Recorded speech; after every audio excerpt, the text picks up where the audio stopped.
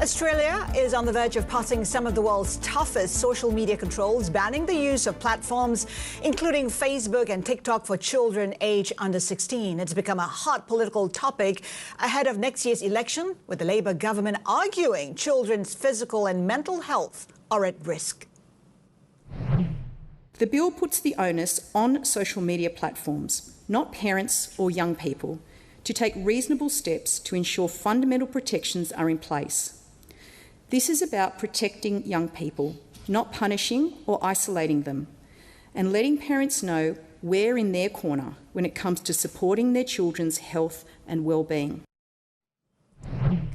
Well, the measure has already passed the House of Representatives with bipartisan support and is now being considered by the Senate. Polls suggest many Australians back the ban. Let's bring in Stephen Sheila, the former head of Facebook for Australia and New Zealand, and now CEO of Under-16, a startup using AI to decode the human brain. He's live in our Sydney studio. Stephen, good to have you with us. We can totally appreciate where Australia is coming from and wants to protect the kids. But is this the way to go? Yeah, look, some of us have been constructive critics of social media for some time. Some of us like myself who helped build Facebook. But I don't know that this is the right approach. I think this is being rushed through very quickly. I think there's more experimentation, more trials and tests that should be done to really understand, where should the age limit be set? How do you confirm somebody's age online? What are the downsides and upsides of this? I think there are definitely harms of social media to teens, but there's a lot of good things that social media does for teens as well. And so I'm not the only one who believes this. The social media platforms are saying the same thing. But even advocacy groups are saying, hey, this might be a little too rushed, a little too draconian, and we want to get to the right balance and the right solution than what the government is doing right now. Well, the thing is, Australia is not the first to want to do this. We had Korea considering back in, I think, even 2011, and we have France, implementing some form of regulation as well. But we know that about 50% of the kids manage to circumvent those regulations. I'm just wondering, in terms of how successful the move might be. Yeah, that's really open to question now. As in most countries, social media is a core part of most teenagers' lives. It is, it's impossible to be a teen in most parts of the world without having social media a big part of what you do. Now, controlling that access from a parental point of view or a government point of view is not as easy as it sounds. There's no question that parents in Australia and other countries, they struggle with knowing what their kids are doing online. Not just on social media, but other parts of the internet. But also, what are the controls open to them? I think the platforms have been better in the past few years in many countries in bringing in more controls, changing some of the rules around who can get on social media, what access they have to different parts of how social media works. That's happened with Meta, with Instagram recently in many countries. But the argument here in Australia is that, well, these platforms haven't gone far enough. It's too harmful to people under 16, and therefore there should be an age limit set that bans it. Now, how do you enforce that can be very tricky. So one is, how do you verify people's identity and age when they get on the platform? Right now, Facebook does that in a pretty light-handed way using technology, but with this sort of new draconian laws, and there'll be severe penalties for the platforms if they don't enforce it, they're going to have to get compliance up to 100%, and that can be very hard to do on platforms of this scale. And then there's another question is, do you want the social media platforms holding your ID in the first place, which today they don't do. They don't hold your passport or your driver's license. But that can be very sensitive information. And as we know, protecting the information can be critical in terms of cybersecurity. So there's a lot of details that haven't been worked out. This doesn't affect teens. It affects every user of social media in Australia. Well, obviously, social media platforms like Snapchat and so on and so forth have been pretty much up in arms. Some are even questioning, the likes of Elon Musk questioning whether it is a legal move or not. The thing is, for it to be successful, some say, you need that verification technology, which is not yet in place. Give us a sense of where this verification technology is right now. Well, in some sense, it's quite advanced. So you have, we all know generative AI has taken off. Well, there are now tools using generative AI for image and facial recognition that can essentially identify how old you are based on your facial features. And these tools are pretty good. I mean, the accuracy rates can be pretty high in the 90%, but they're not perfect. So they can make a mistake. They can identify somebody who, hey, there's a photograph of somebody that they upload onto a platform. Let's guess how old they are. The difference between 16 months and 1 month old and 15 years and 11 months old and 16 and 1 month, is that going to be picked up by the AI? Not necessarily. There's lots of mistakes that can be made. And the rights of kids have to be considered here as well. I mean, if you have rights to access to something for a reasonable way of getting access to something, if it's too draconian, there's questions here in Australia, even from the constitutional basis, as to whether this may be an unconstitutional move because of kids' access to information and to news can be restricted by this sort of forum or these kinds of moves. So there's a lot of detail that still needs to be worked out that the government here hasn't been forthcoming about. We really don't know how it will work in practice. The thing is, the dangers are real. Here we're talking about cyberbullying, suicide. In fact, when you take a look at some data, it says that suicide is one of the leading causes of death for those between 10 and 24 years old. So the dangers are real. The question really is how best to address these concerns. I mean, if a ban is not the right strategy, what is? What should be, how should governments be looking at it? Some suggesting perhaps, what has been suggested in Australia is not really addressing the issue. What would? Exactly.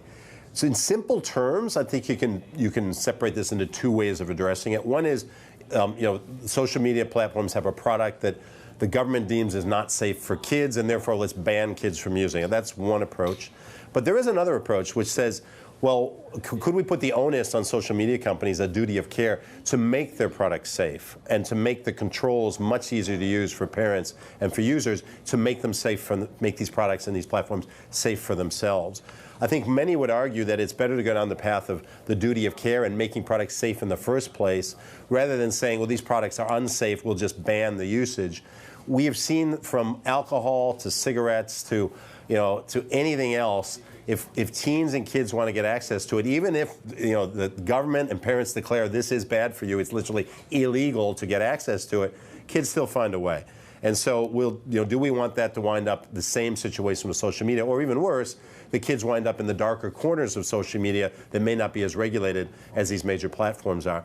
So I think that duty of care approach, I think, is a much more sensible way of thinking about this than simply going for these draconian age level bans. How well do you think the government can monitor this regulation? Because a lot is at stake for social media platforms. I mean, the likes of TikTok, Snapchat, Facebook, they run the risk of getting fined 50 million Aussie dollars. Yeah, they do. How well the government can monitor, again, is open to question. We don't know the monitoring regime that the government's proposing to put in place yet. That hasn't been articulated. When you look at the fine that you mentioned, look, $50 million is a lot of money to most of us. But for Facebook, Meta, for example, just to call them out in this, Meta earns that in 2 hours. And the average Australian worker will earn about $100 in those 2 hours. So it's like a parking ticket for Facebook and for Meta. It's not as big as it sounds. Now, if there's repeated fines and these can be extended, and certainly there's ways that this legislation could lead to bigger fines, yes, maybe. But these are largely wrist slaps financially. But I think the bigger issue is these social media platforms, not just Meta, but the others, they don't want to have to deal with a patchwork of regulatory, overhang in different markets. I think it's fair enough that they say, hey, let's just create sensible rules that we can apply everywhere, rather than us having to have different rules in different markets, and some of them really unworkable. And I do think this is largely unworkable because their ability to maintain 100% compliance with this sort of age gating, I think, given current technology, is virtually impossible. And I think that is even that is too much of an ask of the social media platforms like Meta. I'm just going to put it out there, right, Stephen? When it comes to social platforms, they want the kids to be hooked on them all the time. It pays for them to have kids hooked and addicted. To what extent are these platforms taking care of these kids? Are they considering the welfare of these kids? To what extent are they doing that? Look, from my experience inside of Meta, Facebook back then, and this was a few years ago now, and things have moved on. But I think there was a genuine concern about the well-being of the users of the platform. I think that was genuinely shared by Mark Zuckerberg and the leaders of that platform. And I think it is probably generally shared by the leaders of other social media platforms as well. However, these are profit-seeking companies that are there to make money, which is perfectly legal, and we all make money for selling different products and services. And so they have a natural conflict, and their conflict is they make more money by having people, as you say, being more on the platform, more addicted or more engaged in their platform, spending more time. And so they have a natural conflict between their shareholders and their need to drive revenue and drive profit, and their sort of duty of care. And that's where I do think governments need to step in and have to make that duty of care a legal requirement that is much more regulated and monitored, and still let those platforms make money and do what they want, but bring in that duty of care. I think rather than trying to ban and keep these products away from kids, that simply is not going to work, I think, in the real world. We need to think differently about how we approach this problem.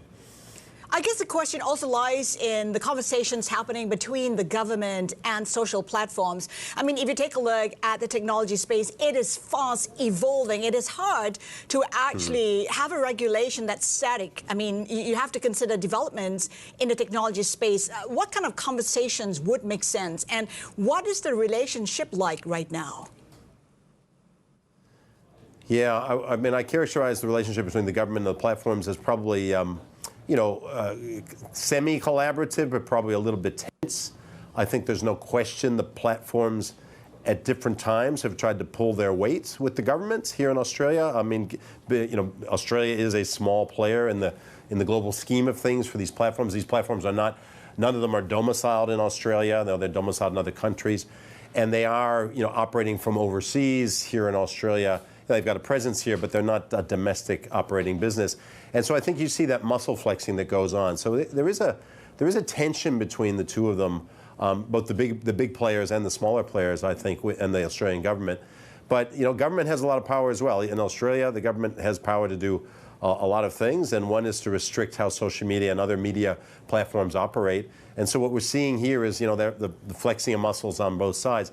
We've seen these two parties stare themselves down with the media bargaining code in the past between Google and Meta and the Australian government. Now we're seeing it play out here. I think Twitter is now, kind of playing a side role in terms of particularly Elon Musk's voice.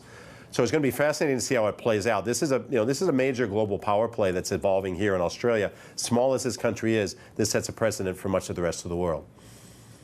Yeah, you got to wonder how the rest of the world is looking at it. I mean, the concerns are legitimate. Do you see other countries? Which other countries might consider the same move?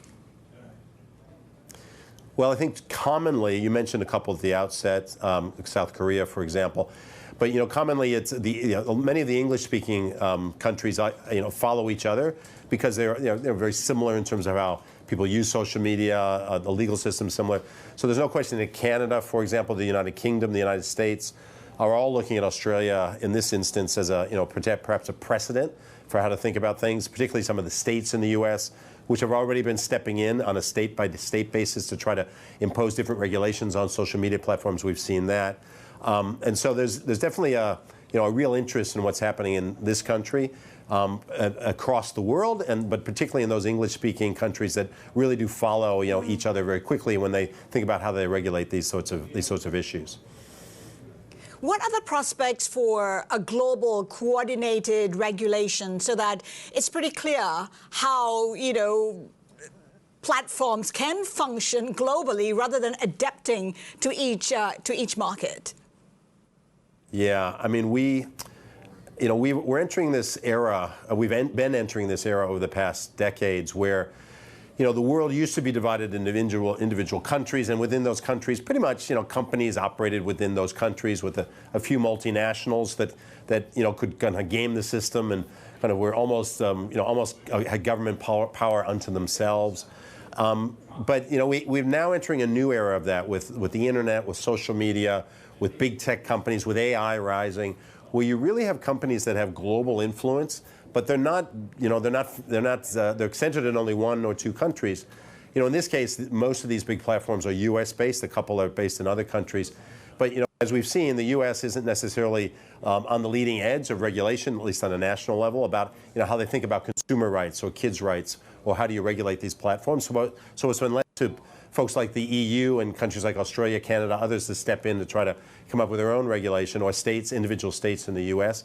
It is a patchwork. It is a nightmare for the platforms and the companies themselves. I think they have a reasonable, request to say, hey, why couldn't we have one standard way to regulate all of this throughout the world? But good luck. I think that's going to be a tough ask, given the way world politics works. It's hard to get any two countries to agree on anything, let alone the whole globe, on how we're going to regulate anything, let alone social media. Stephen, before we let you go, as we look at the advent of social media platforms, what's the biggest worry for you when you take a look at the trends developing right now? Yeah, I guess I worry, if I were to worry, it was about two things. One is, the gaming of the system, I suppose, by the social media platforms, because they can play different countries off against each other. The fact, what you mentioned before, there's no standard way that we're regulating. It's a patchwork, and every country's kind of on its own, right? Australia's having to stare down the social media players all alone. Canada has to do it by itself. We don't have a kind of a concerted effort globally to do this, and I think there's a way for those platforms probably to play that to their advantage. So I think that's one concern. I think the other concern is just the rise of AI. What we haven't talked about in this conversation is actually AI, but what we're seeing here is the effects of algorithmic social media on things like the mental health of individual teens, and indeed on kind of the information ecosystems of individual countries, particularly democracies. And that's been driven by the rise of AI. And there's lots of great things that AI is doing. I build AI in my own company. But we have to keep in mind the downsides, and we're now starting to deal with them even here with social media.